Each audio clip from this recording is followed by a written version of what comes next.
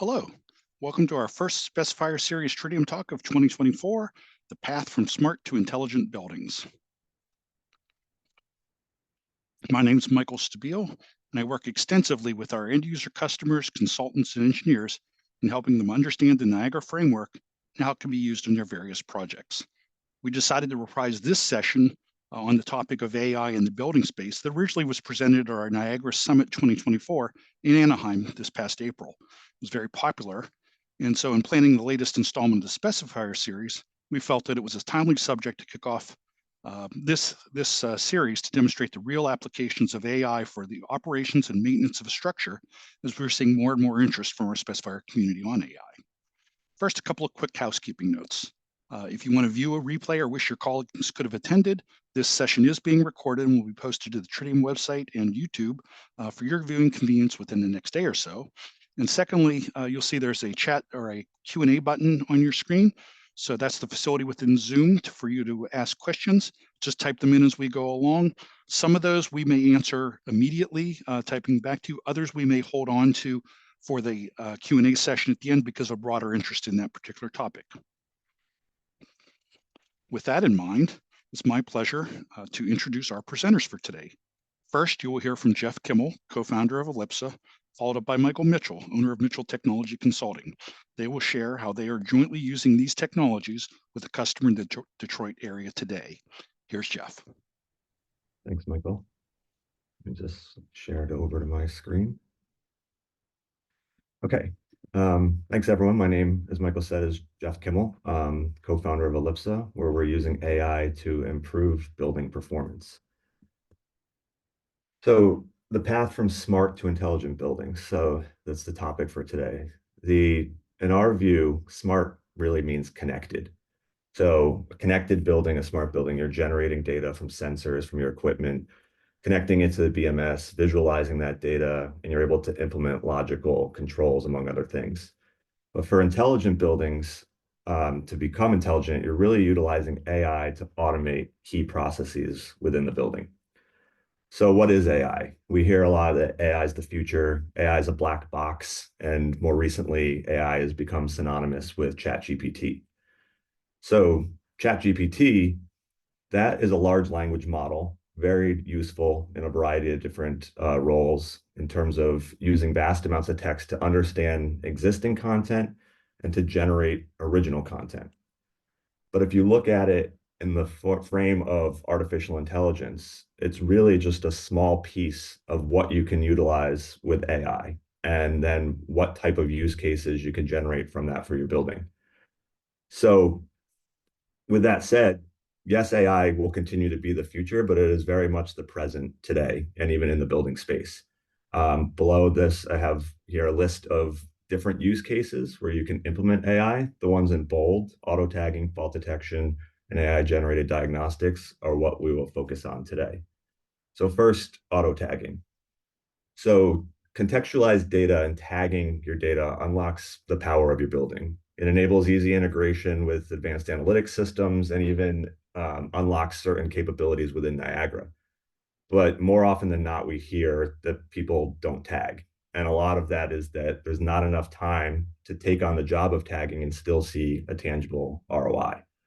So that's where we have worked to implement AI to help with this. So Elipsa's AI approach to auto tagging is we ingest equipment name and point names, or even simply your Niagara slot path.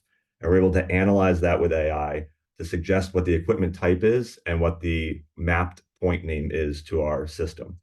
Once we have that information, we're then able to automatically apply tags to enable our functionality, but then also to export that tagged model to third-party systems. So I'll walk through a couple videos to explain some of the use cases we're talking about. The first is auto tagging, where you could see a CSV file with equipment name and point names. So in our system, you're able to ingest your CSV file and read in those tags. So the first thing we have here at the bottom is this idea of sensitivity. So stopping the video real quick, this is adjusting the AI's confidence. So basically a sensitivity of 0, you're telling the AI you want it to be almost 100% sure that the equipment name or point name matches what the prediction is.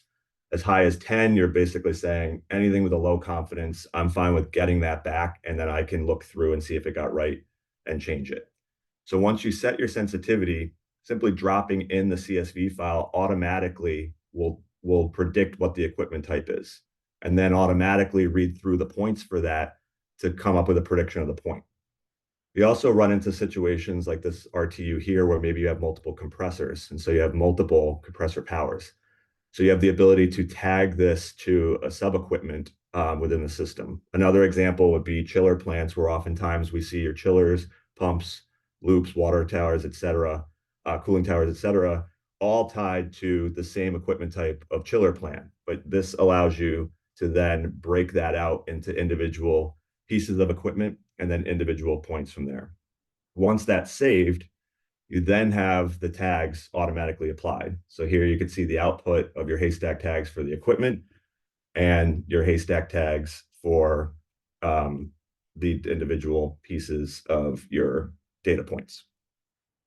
So the end result in our system then looks like this. So here within Elipsa, we're using auto tagging to list through all the points that we have on the left.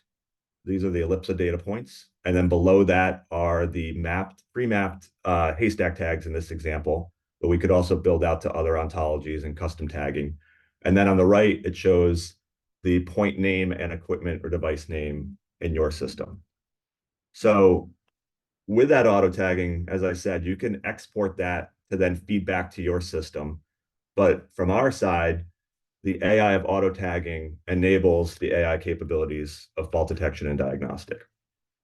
So FDD systems utilize data from your critical equipment. It's analyzing the performance patterns so that when in real time we could detect abnormalities of potential faults for maintenance purposes, but also inefficiencies. And those inefficiencies in turn are leading to increases in power consumption. So fixing those issues can really reduce energy consumption, reduce your maintenance costs, and also enhancing your occupants' comfort and safety. So traditionally, fault detection has been implemented via rules and thresholds. So one way of saying fault detection is not new, but it's also not widely implemented. So why AI? So first off, rules are often, when they're built, they require coding. They set sometimes arbitrary thresholds. AI learns the behavior of this individual piece of equipment. It finds the appropriate thresholds with no code needed. So this reduces that implementation time drastically. The other side of AI is that it continues to learn. So it adjusts over time to changes in behavior. So from our perspective, you have your rules, but rules combined with AI is our approach to really supercharging fault detection. So with that, we've created equipment deployment templates. So we start with the best of breed rules from ASHRAE 36 guidelines. So ASHRAE 36 has a set of guidelines of different types of equipment and components within that equipment to monitor for. We've built that out of the box into our system with no coding required, because once the auto tag maps to the points we know we have, once you connect the data to us, which is either from your JACE or supervisor, could be done through MQTT, or it could be done through the cloud through NDS. Once we have that, we're able to monitor with the rules within an hour. But then we've also built AI-specific anomaly detection models around those ASHRAE standards. And we're monitoring individual components, learning those patterns of normal behavior, detecting abnormalities. And this approach reduces the amount of data needed to build the AI model. You could get up and running with your historical data, or if you don't have historical data, you can connect and build a model within a few weeks automatically. So this can be utilized for the commissioning process as well as ongoing monitoring. So auto tagging combined with really unlocks advanced analytics and FDD at scale. And the key is at scale, because the auto tagging supercharges that implementation process, gets you up and running. The fault detection templates automate the process of pulling in your data, building your models, and monitoring in real time. So you can now do this across multiple pieces of equipment within a building, multiple buildings, et cetera. So now this is the video showing some of the capabilities of fault detection. Before I hit play, though, the first thing I'll note is in addition to being able to say, here's my RTU, here's my pressures and temperatures and other information that's used for fault detection, the beauty of auto tagging is we also contextualize the data to understand what data points are power and energy. That could be from meters, could be from sub-meters, it could be from the equipment itself. So based on that, we're able to aggregate and pull that up to look at energy across your different sites and buildings and compare your energy usage.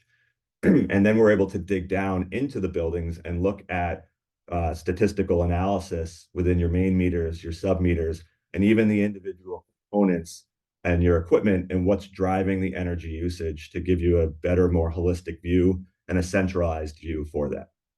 So back to the fault detection side, with our equipment, everything starts with points.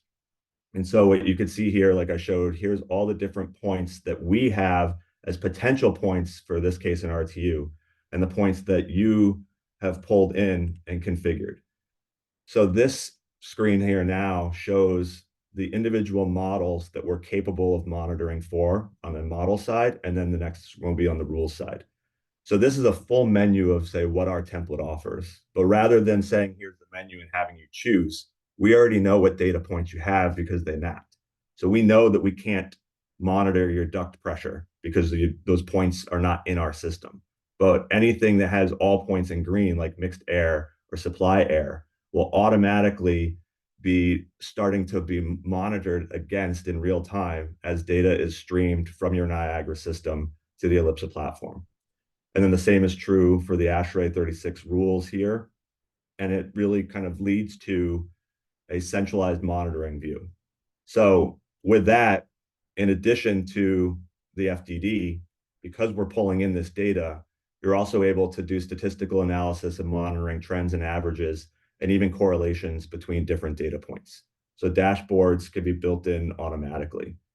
And then on the fault detection side, we're able to see more of a summary of saying, okay, for this particular piece of equipment, what types of issues have come up the most over the last, say, by default, last 7 days, but maybe last 30, last 90? How about by day? Which day am I having issues on? And then drill into the individual AI models or rules.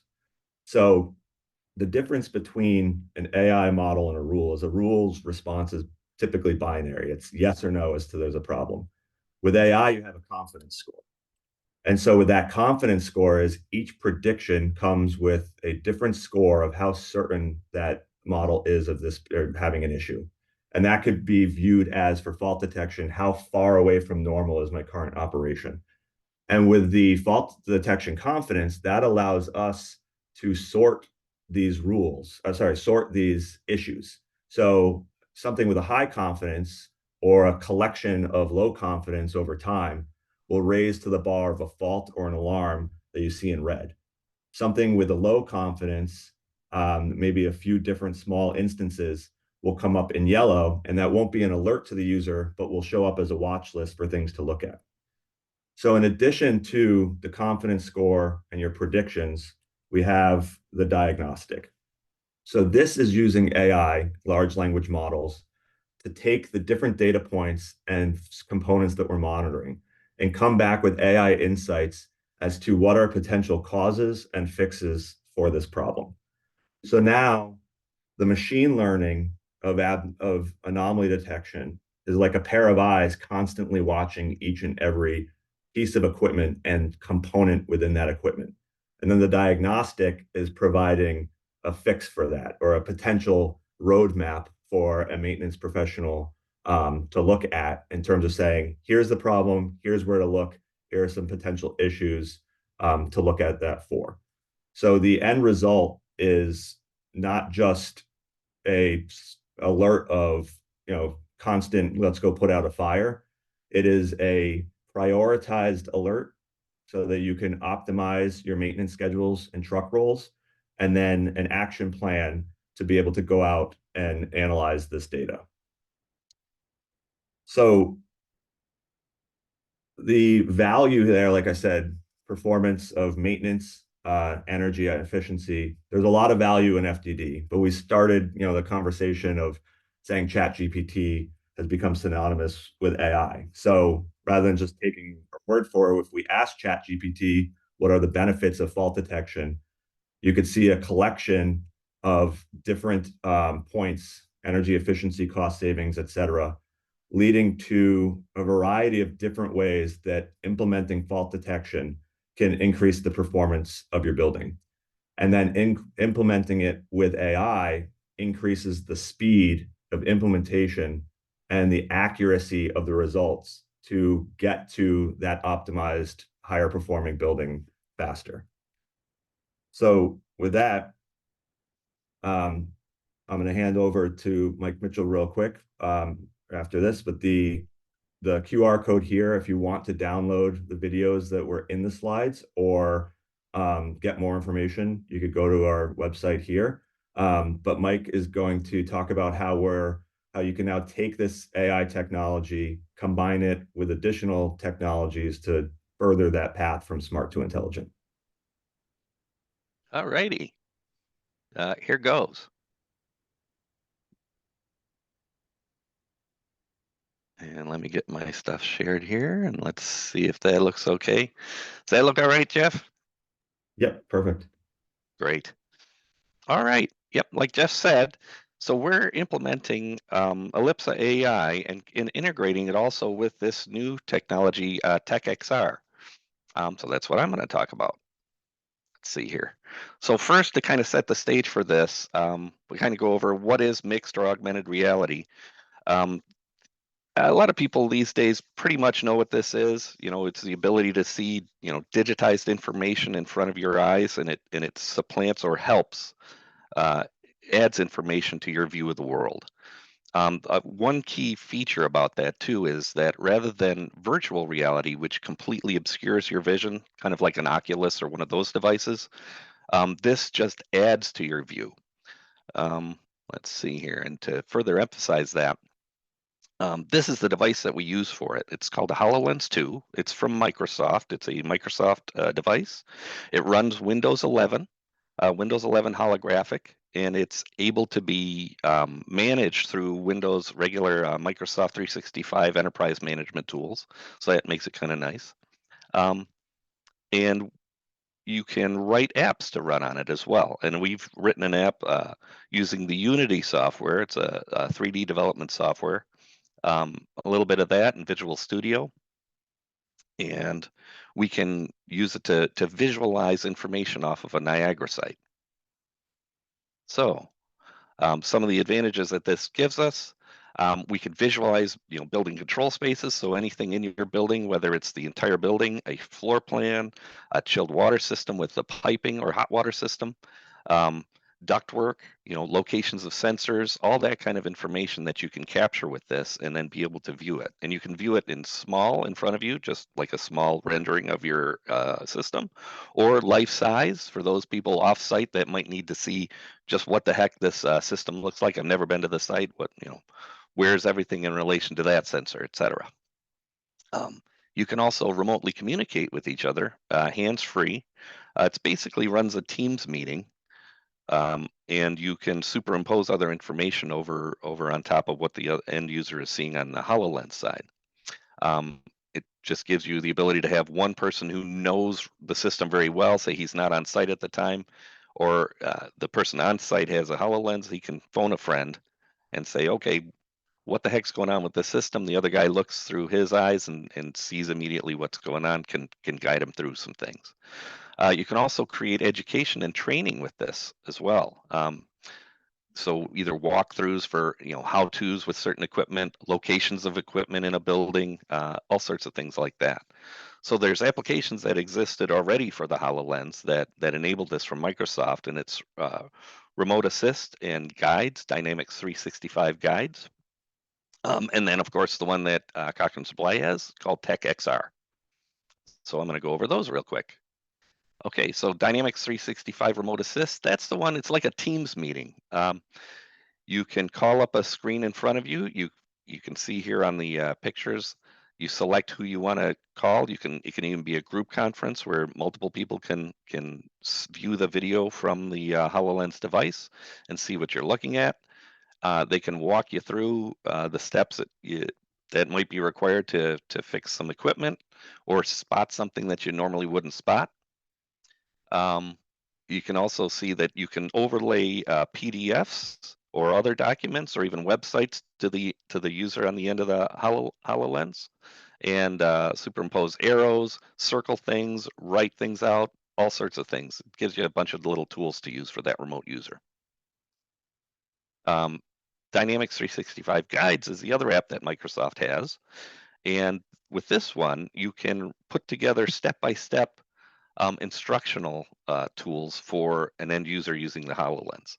It starts off with somebody authoring that step-by-step on a laptop. They just put what steps together, like in an outline, and then they author it on the HoloLens, and they can tag it to certain devices. You can see in some of the pictures they've got arrows and whatnot pointing out, the steps to do for certain diagnostic and troubleshooting. So it's pretty handy. The third app is TechXR. So that's the one created by Cochrane Supply. It's a combination of a HoloLens 2 app and a Niagara 4 service that was written. So that enables the two things to talk together and pull data from the Niagara station right to the HoloLens. Now that can consist of 3D models, devices, particular air handlers, VAV in the ductwork, the locations of stats, the locations of sensors, valves, piping layouts, all that kind of stuff that you can then visualize a little better. Let's see here. In a couple of these shots, we've been working with University of Detroit Mercy a lot with this technology, and you can see a couple of shots of the guys actually using the HoloLens and visualizing some of their data. And picture's worth 1,000 words, so let me show you a little bit of a video here.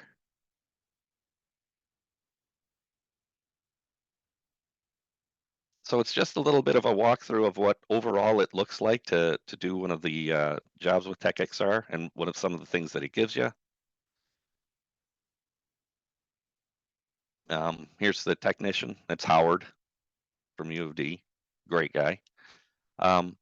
So say, for instance, Elipsa AI has pointed out a particular thing that he needs to go look at in an air handler. So he can put on the HoloLens, look at a QR code that tags itself to that air handler and all the information that's ready to be viewed on it. And he can see a 3D, X-ray vision view of the air handler. He gets data screens populated with all live information right from the HoloLens, and even hyperlink buttons on the sides of those screens. So typically what we do is with a customer, we'll get together with them, show them the capabilities of the system, sit down with them, figure out what they want to show, and then actually go out and deploy it with them. So that's what that shows there.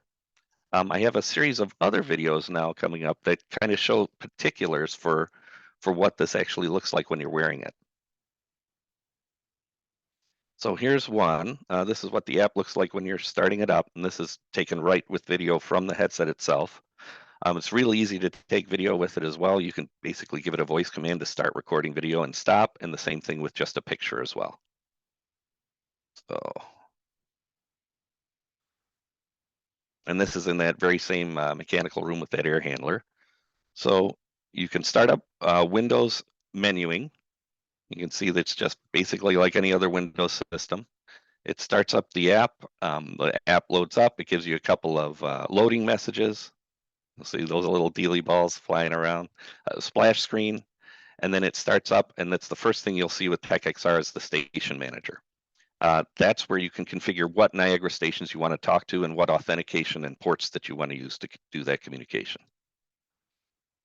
Next, I've got a little video that shows actually pulling up a data panel on that air handler, and we've got this duct static sensor in particular that we were looking at, and what it might look like to pull up the Elipsa AI pages. Right now, we're still working at getting the data up to Elipsa AI, but it's in progress, so you'll see what that could possibly look like a little bit. So you can see it maps out your hands. I push that button for Elipsa AI, the fault detection dashboard, and it pops up Microsoft Edge, the Microsoft Edge browser right in front of you. You can then also resize that panel to whatever size you might need. Very handy for if you need it to, if there's small scale of information on the web page and you need to see something a little magnified, it's a little nicer. You can also position those screens anywhere that you need around the equipment. So if you're working hands-on on the equipment to work on whatever the fault is with the equipment, you can really dive into it and see the important information right there next to you, without having to have a laptop that's going to fall over or get crunched, a tablet that's balanced on a piece of equipment, whatever it is.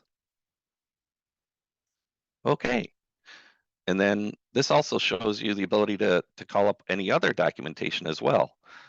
This is all configured from within Niagara 4 in terms of what you want to be able to see. And it's just hyperlinks either to PDFs hosted on the Niagara station, or if you've got the external internet access, you can have it any PDF on a vendor's website. So this one, we happen to call up that particular meter or sensor, and you can see I'm scrolling through. You can use your hand to basically cast that ray and move the page up and down and make it as big as you need to be able to see stuff on it. So based on which types of sensors you have on any one site, those are the links that you'd provide. Then we've got the ability to, and this is good for the integrators and doing the job, if they've got service calls that they want to be able to make or contact the particular provider of whoever did the integration, you can provide that as well. And that's what we show off here. Same thing, it's opening up the Edge browser, and you can navigate through sites pretty much the same way that you would on a regular browser on your PC and call up different information that way. And that can also be used to spawn one of those remote assist sessions as well, which is pretty handy. Then, lastly, we show a maintenance link and linking to a CMMS system. This could be whatever system is that you have. It's web-based. For this one, we just show a particular system that UD Mercy has, and shows some interaction with the forms on it as well. So the ability to scroll up and down the pages, of course. Data entry looks just like it would on a web page for most built-in web items. It does have a keyboard option for things as well. You can see we can just do selections. With drop downs, same kind of control. And then also for when you need to put in actual data, you can get that keyboard up, like I said, and freeform enter information. And we'll see that in a second here. This is a pretty simple one. There's what the keyboard looks like. It does preview text as well. So if there's a phrase or something, it'll show you that, and you can just hit the button for the particular phrase and all that you might want to enter. So it can kind of quicken things up a bit. So how does this all work? There's two pieces, as I said. There's one that's a Niagara 4 module. This is on the Niagara side of things. So you add that module to your supervisor and your workbench, and then you can add a service to your station.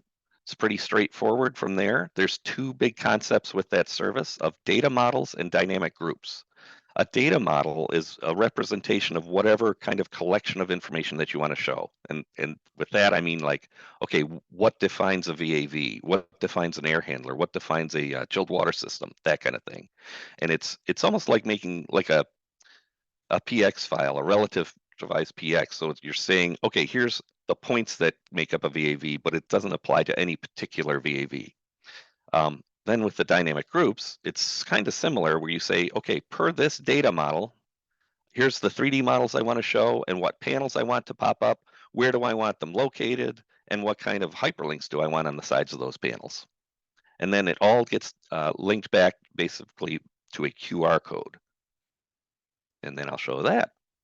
So on the other side of things, with the HoloLens app itself, you can then view those QR codes that are tagged to specific VAVs in the station.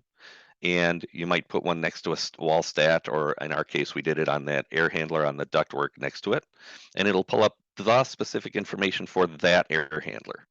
And that consists of all the data panels that you saw, the different 3D models. We included some ductwork models so that you could visualize, look up through the ceiling and see where are the diffusers located. Okay, what spaces does this air handler actually serve? It's a little handy. And actual positions of sensors down the ductwork as well. So let's see. For deploying TechXR, it's basically a three-phase process that we've worked out. It starts off with a consult. I and/or Cochrane staff can get together with you and the customer or whoever is looking at using it and show you the different options that there are available. Basically, go over those 3 different programs and see what tools are important to you. What do you want to use on site? Then with that scope, you start deployment. A HoloLens 2 needs to get purchased either directly from Microsoft or through Cochrane Supply, or you can also lease them monthly through them. Then the different apps are set up on site, working with the integrator staff and on-site staff. And then training gets provided for those specified systems, usually a couple days, depending on how elaborate the system is.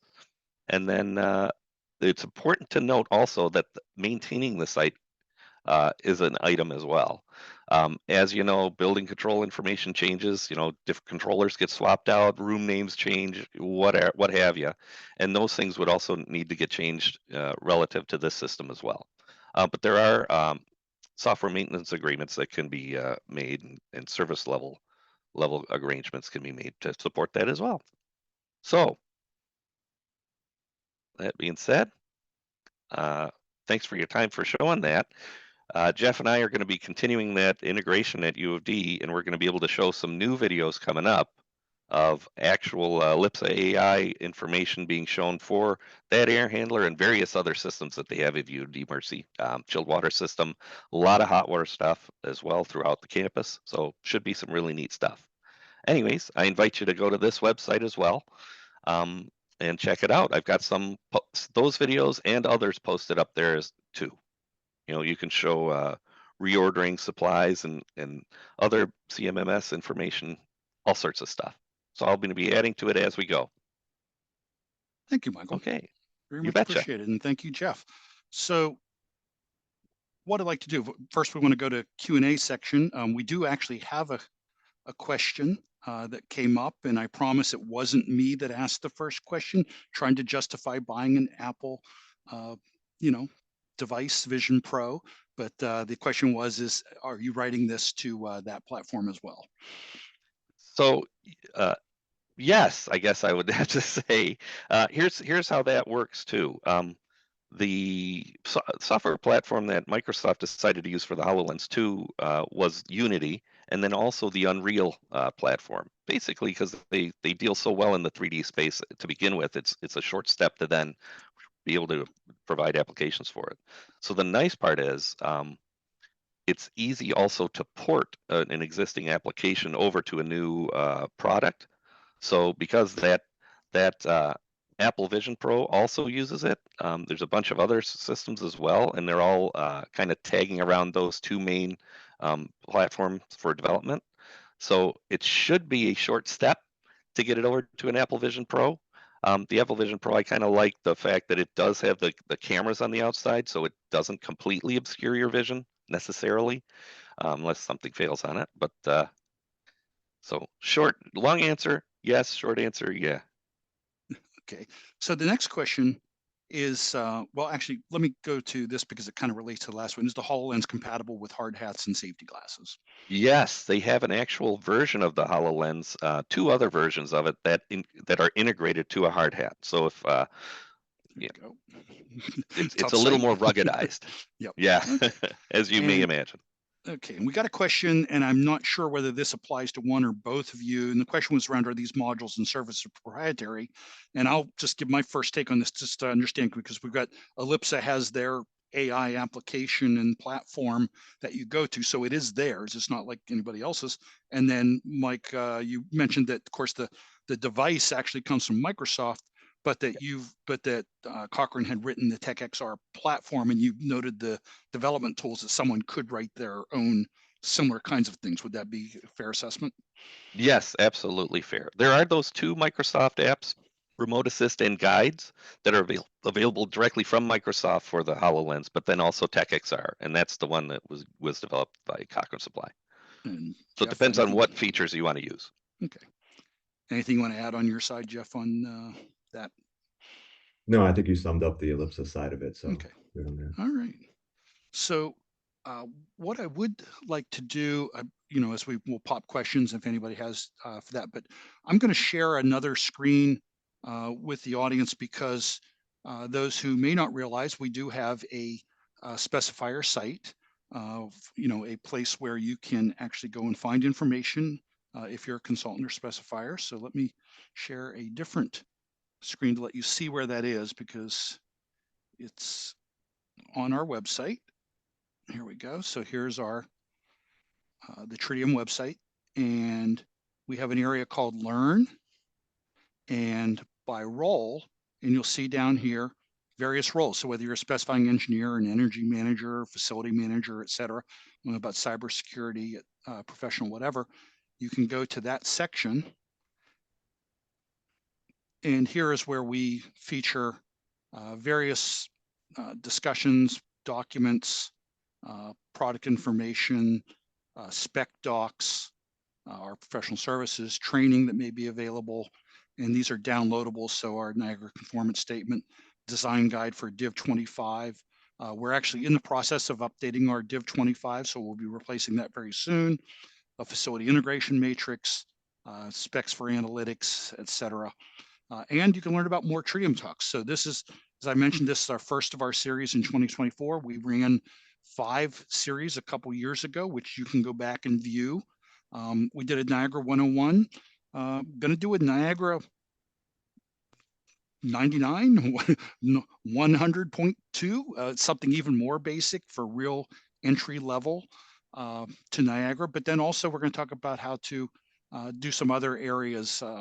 In addition to this AI, we're going to delve into some spots. So if anybody in the audience has particular areas of interest you would like to see us address toward the specifier community in regard to Niagara, please send us your comments. You had my email at the beginning, michael.stabile@tridium.com. We would love to hear that and incorporate that and bring on presenters to address your issues and concerns or interests. Okay, any other questions? All right, so how does connectivity work in mechanical rooms? Oh, you're okay, Michael, you're addressing Yeah, that and one. I'm typing out that one. So okay, Jeff, looks like for you here, large language, elaborate how the large language model is set up and trained for effective FTD on the first from your presentation. Yeah, so the large language model we're using is effectively ChatGPT, best of breed LLM. But what we do is we automate the asking of the question, and the asking of the question is effectively, we know, let's say we're looking at a compressor in an RTU, and we know the data points, so we know what question to ask in terms of saying this particular model on the fault detection side is looking at, say, pressure differentials or a variety of different points. So we automate the piece of saying to the AI chat piece, what are some potential causes and potential recommendations of fixes if this component and these points are off from normal. And that is effectively the feedback then that we get. And so because we're able to, all of our AI models is not, it doesn't look at an RTU as an example as a whole. We have a collection of different points. We're able to drill down into those points and ask the appropriate questions to that large language model and get back the specifics to what we're actually looking at. Okay, and the next one gives you the question of is your FTD run solely on the cloud or can you do it on-prem? So today it is cloud-based, but on-prem is in our roadmap and something we're actively working on. And I think that, broadly is one of the, what we'll say, like misconceptions of AI is certain AI, like, we just talked about large language models or maybe large, building image recognition or a lot of different kind of high intense calculation AI. Those need to be trained and then sometimes run in the cloud because there's not enough computing power on site in many cases. the machine learning and type of different things that we're doing and the way that we've designed our system is to allow it to be run on site, which even in the Niagara world, that will be easily run on a supervisor and potentially long-term even directly on the Jace itself. While we've designed it to work that way, it's not yet, the on-prem is not yet in production. So the answer today is cloud, but we're definitely moving towards that on-prem offering. Great. Well, any other questions out there? If not, I think we have a successful session here. Really want to thank you two for your contributions. I know the hard work you put into this, and thank you for reprising what you did for us the first time around and updating that.